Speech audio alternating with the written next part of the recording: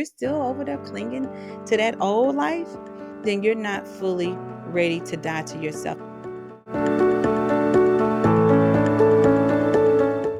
Hey, YouTube family, welcome back to my channel where we keep God at the center and faith at the forefront.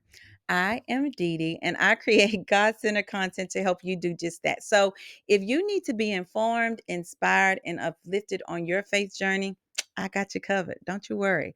Just subscribe to my channel for future content. So, today we will be discussing what it means to be spiritually dead on arrival. Go here with me. I want you to visually imagine a soldier preparing for battle. He knows the dangers ahead. He knows the risk. He knows that there is a real possibility that he may not return home.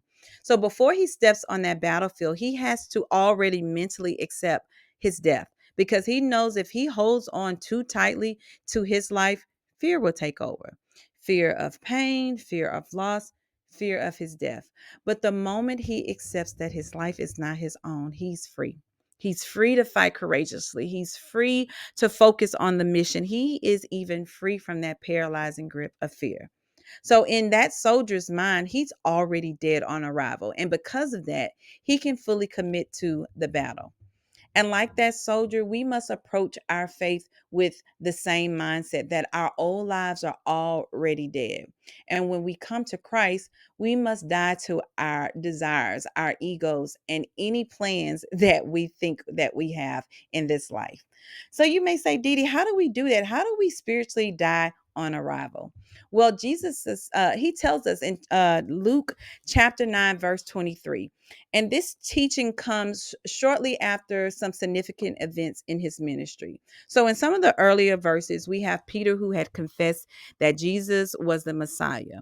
We even have Jesus who then predicted his suffering, death, and resurrection, showing the disciples that his mission would involve much greater sacrifice than I think any of them could have imagined. So now, here in chapter 9, verse 23, Jesus is shifting that focus from his journey to the journey of those who want to follow him. And in this verse, he gives us three simple steps for how we can spiritually die on arrival. So, step number one, to be dead on arrival, we must first deny ourselves, y'all. We have to die to our fleshly desires, our personal ambitions, and anything that takes priority over God. And this is not just a one time decision. Can't go one time, okay? True discipleship is a daily choice of us surrendering to God. And I know it's not easy. Self denial is so hard. We can't do it on our own, but we need God's strength and grace to deny ourselves and to live for Him. Step number two, to be dead on arrival, we must take up our cross every day. When we come to Christ, it's not about our comfort or our convenience. Just as Jesus took up his cross, we are called to take up ours by embracing a life of sacrifice where we're willing, you hear that? Willing to endure hardships and even persecution for the sake of Christ. So this means we are already prepared to carry that weight in faith. And finally, step number three, to be dead on arrival, we must simply follow Jesus Christ. Jesus makes it clear that following him is not for the weak. You know, the disciple path is not one of comfort or easy living. The cross was a symbol of hardship, but it also was an instrument of death, symbolizing total surrender.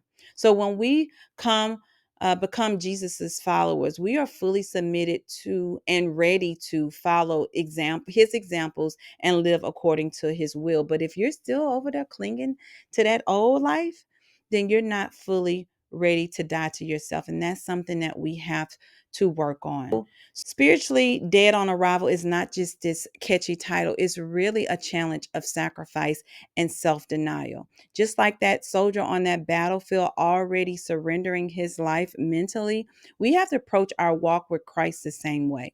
Because real freedom comes when we stop holding so tightly to this earthly life and fully surrendering to God. That is when we start truly living, y'all, because we're living for something bigger than ourselves. So here is a question that I want to challenge you with.